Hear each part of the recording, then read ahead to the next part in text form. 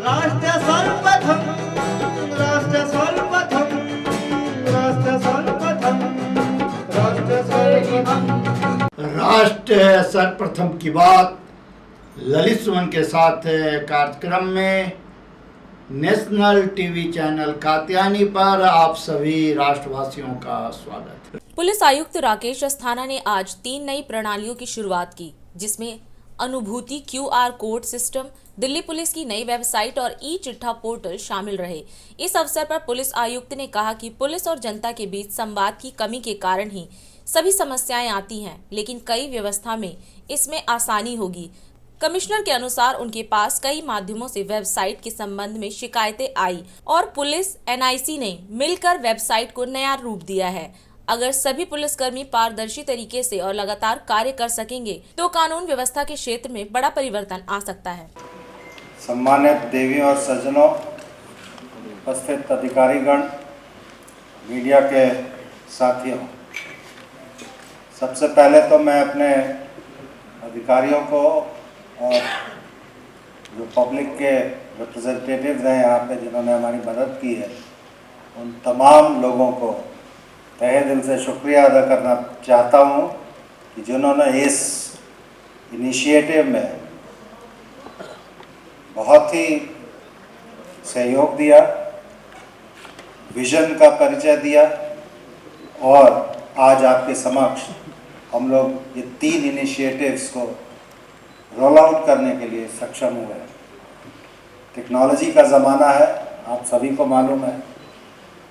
जनता technology use करती है, भरपूर यूज़ करती है। क्रिमिनल्स यूज़ करते हैं, भरपूर यूज़ करते हैं। हमें एक कदम आगे रहना है, इसीलिए टेक्नोलॉजी का उपयोग हमें भी भरपूर करना है।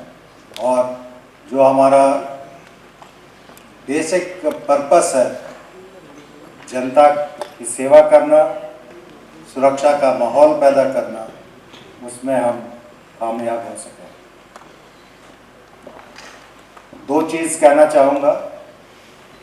एक तो संवाद जो विद इन द फोर्स होना चाहिए अधिकारियों और जवानों के बीच में, और आउटसाइड द फोर्स होना चाहिए पुलिस और पब्लिक के बीच में। इस संवादहीनता की वजह से ही सारी प्रॉब्लम्स होती हैं।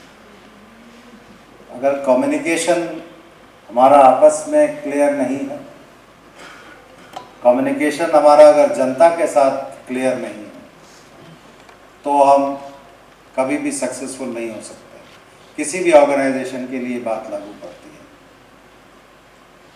पब्लिक के साथ संवाद होना, पब्लिक की प्रतिक्रिया जानना बहुत ज़रूरी होता है। जो QR code based public feedback system है, ये आज आपने देखा, कोई कॉन्टैक्ट की ज़रूरत नहीं है, एनोनिमिटी मेंटेन करता है और सही चीज़ें मुझे उम्मीद है हम लोगों को जानने का अवसर मिलेगा। एडिशनल DCP 1 वेस्ट जिन्होंने इस चीज़ को डेवलप किया, मैं डिस्ट्रिक्ट की विज़िट में गया था, उन्होंने इस चीज़ को बताया, उसके बाद हम लोगों ने लॉन्च किया है। मुझे पूरी उम्मीद है कि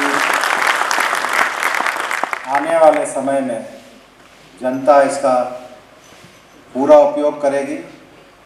हमें इसका जो फीडबैक मिलेगा, अपने आप को इम्प्रूव करने में हमें भी काफ़ी सहयोग मिलेगा और हम हमेशा कोशिश करते रहेंगे कि हमारी जो भी डिलीवरी सर्विसेज हैं वो जनता के लिए हमेशा उपयोगी होती रहे, अच्छी से अच्छी होती रहे और अल्टीमेटली समाज में शांति और सुरक्षा का माहौल बना रहे।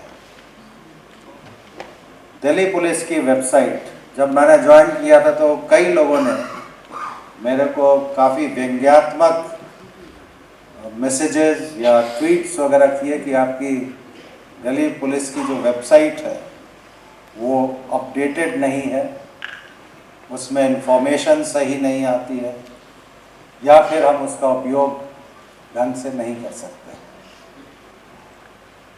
हमारे जॉइंट CP प्रेमनाथ अभी यहाँ बता के गए, जितने भी टेक्नोलॉजिकल इनिशिएटिव्स हैं वो इस चीज़ इनको लीड करते हैं हम लोगों ने अपने टीम मीटिंग में ये चर्चा किया और ये टास्क दिया गया था प्रेमनाथ जी को, इस वेबसाइट को न सिर्फ अपडेट किया जाए बल्कि रीफर्बिश करके इस तरह से रखा जाए जिसमें दिल्ली पुलिस के जितनी भी काम हैं, जितने भी इनिशिएटिव्स हैं, जितनी भी सर्विसेज हैं, वो एक जगह जनता को मिल सके, हमारे अधिकारियों को मिल सके, या गवर्नमेंट में जो भी हमारे साथ काम करते हैं या हमारा सुपरविजन करते हैं उनको मिल सके।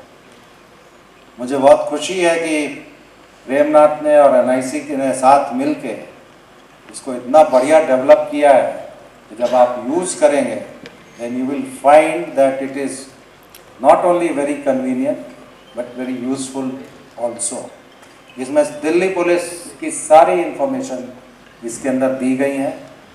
मुझे उम्मीद है कि ये इनिशिएटिव भी हमारे जो सर्विस डिलीवरी सिस्टम है उसको इम्प्रूव करेगा और अच्छा बनाएगा, और जो लोग भी इसको यूज़ करेंगे उनको दिल्ली पुलिस से एक सेटिस्फैक्शन की अनुभूति होगी और हमारा भी काम आसान होगा और ज़्यादा इफेक्टिव होगा। तो मुझे ये एक रिक्वेस्ट करूँगा सभी से, खास करके जो पुलिस से बाहर है, मतलब जो जनता है जिसका पुलिस से संपर्क करना होता है, वो इसका खुल के उपयोग करें और आप देखें हमारे इनिशिएटिव्स क्या हैं, हमारे सक्सेस स्टोरीज़ क्या हैं, सर्विसेज हम क्या रेंडर करते हैं, और हमसे इंटरैक्ट करें ताकि हम और ज़्यादा अच्छा काम कर सकें। तीसरा सॉफ्टवेयर है ई-चिट्ठा का सॉफ्टवेयर। मैं चूँकि दिल्ली पुलिस में मैंने काम नहीं किया है, तो शुरू में जब मैं आया था तो ये चिट्ठा वर्ड सुना तो मुझे समझ में नहीं आया कि चिट्ठा होता क्या है। बाद में पता चला कि ये नॉर्मल प्रोसेस है, बहुत पुराना शब्द है ये, मेरे ख्याल से मुगलों के टाइम से ये चीज़ चली आ रही है। थाने में जो ड्यूटी डिस्ट्रीब्यूशन होता है वो एक चिट्ठा मुंशी करते हैं। ड्यूटी डिस्ट्रीब्यूशन जो है वो हमारी नर्व है, विद इन द फोर्स की बात कर रहा हूँ। ये जो हम लोगों ने अपना संवाद बढ़ाने की कोशिश की विद इन द फोर्स, उसमें बहुत सी चीज़ें जानने को मिली। उसमें एक बहुत महत्वपूर्ण चीज़ थी कि ड्यूटी में हमें या तो जो हम चाहते हैं वैसी ड्यूटी नहीं मिलती है, या फिर ड्यूटी डिस्ट्रीब्यूशन में काफ़ी फेवरेटिज्म होता है जिससे एक पर्टिकुलर ग्रुप को फ़ायदा होता है। मेरा ये मानना है कि पुलिस स्टेशन में जितना भी स्टाफ है अगर कलेक्टिवली काम करेगा तो volume of work will be more, satisfaction will be more as compared to a little group of 20-25 people। कोई भी ऑर्गेनाइजेशन हो, मैंने एक संवाद की बात की थी। दूसरी बात जो मैं कहना चाह रहा था वो था मैन मैनेजमेंट का, ह्यूमन रिसोर्सेज मैनेजमेंट का, और optimal utilization of human resources. हमारी संख्या बहुत ज़्यादा है, we are almost 80,000 working, strength 94,000 का है। इतने बड़े फोर्स का अगर आउटपुट हर एक आदमी काम करे तो आप इमेजिन कर सकते हैं कितना हो सकता है।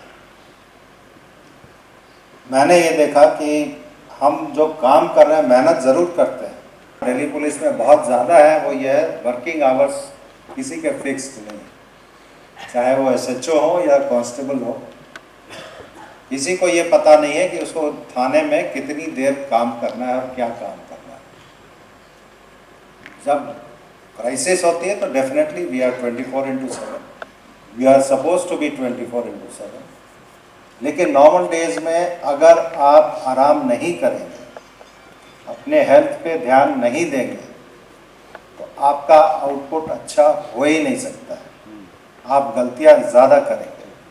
आप भले 5 घंटे 6 घंटे काम करें, फोकस्ड काम करें, आपका आउटपुट हमेशा क्वालिटी आउटपुट रहेगा, ये मेरा मानना है।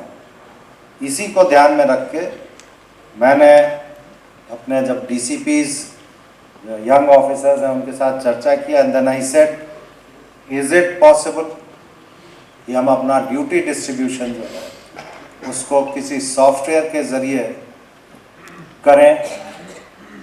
मुझे बहुत खुशी है जिन लोगों को यहाँ अभी मैंने सम्मानित किया, वो तीनों DCPs काफ़ी अभी तो यंग है, they are very well educated. उन्होंने कहा yes definitely it can be done. ये चीज़ हम लोगों ने नवंबर और दिसंबर में शुरू की। जब ये सॉफ्टवेयर ई चिट्ठा के हिसाब से हम लोग ने शुरू किया था, हमारे दूसरे DCP had come up with the concept के साथ हम ड्यूटी डिस्ट्रीब्यूशन के साथ साथ वर्किंग आवर का भी distribution as per the local scenario करें तो काफ़ी अच्छा होगा। We went ahead with that. आज जो चीज़ यहाँ पे लॉन्च हो रही है, ये पिछले जनवरी में हमने इसको पायलट रन किया था।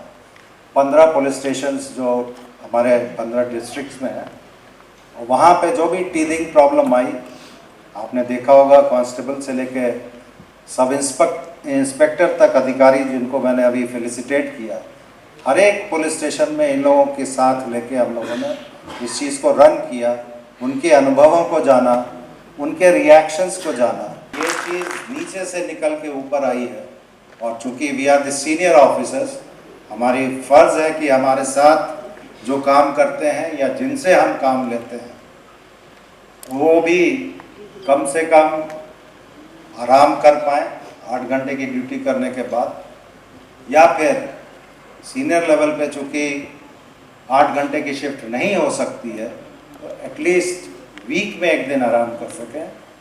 खास करके जो कटिंग एज लेवल पे हमारे SHOs होते हैं थाने में, चूँकि अभी इंस्पेक्टर इन्वेस्टिगेशन और इंस्पेक्टर लॉ एंड ऑर्डर अलग अलग लगाए गए हैं, तो तीनों के बीच में ये रोटेशन हो सके, वो भी विद इन अ डिस्ट्रिक्ट। हर थाने में से केवल एक ही थाने का SHO वीकली ऑफ रहे एक पर्टिकुलर डे पे, ये भी इंश्योर इस ई चिट्ठा में किया गया है। दिन देखिए 8 बजे रात्रि 9 बजे सुबह राष्ट्र सर्वप्रथम की बात ललित सुमन के साथ कात्यायनी टीवी पर। 22 वर्षों से प्रकाशित मदर इंडिया पत्रिका, पढ़ते रहे देश दुनिया की खबरों के लिए।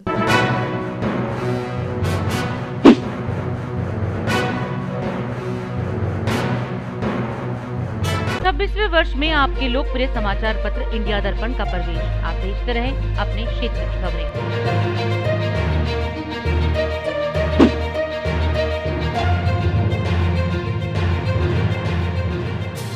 और अधिक खबरों के लिए आप हमारे YouTube चैनल दैनिक इंडिया दर्पण को अभी सब्सक्राइब करें और नोटिफिकेशन के लिए बेल आइकन को प्रेस करना ना भूलें।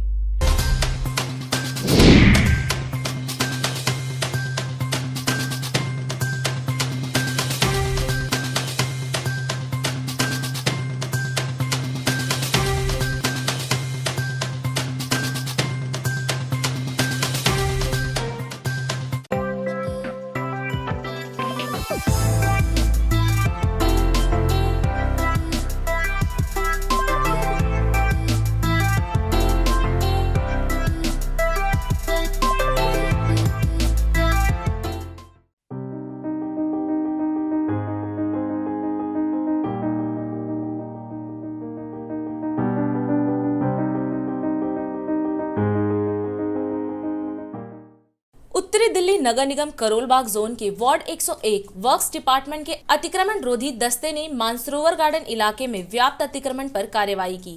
सूत्रों के अनुसार अतिक्रमण रोधी दस्ते ने मानसरोवर गार्डन स्थित जैन मंदिर के बाहर हुए अतिक्रमण पर कार्रवाई करने के लिए थाने से पुलिस की मांग की थी और थाना द्वारा दस्ते का नेतृत्व करने वाले अधिकारी को पुलिस बल उपलब्ध भी करा दिया गया।